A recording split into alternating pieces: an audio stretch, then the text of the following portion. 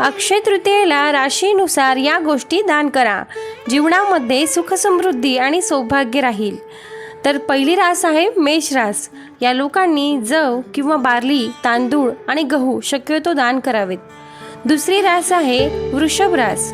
या राशींच्या लोकांनी उन्हाळी फळे, पाणी, दूध आणि यांनी भरलेले भांडे दान करावेत। तिसरी रास आहे मिथुन रास।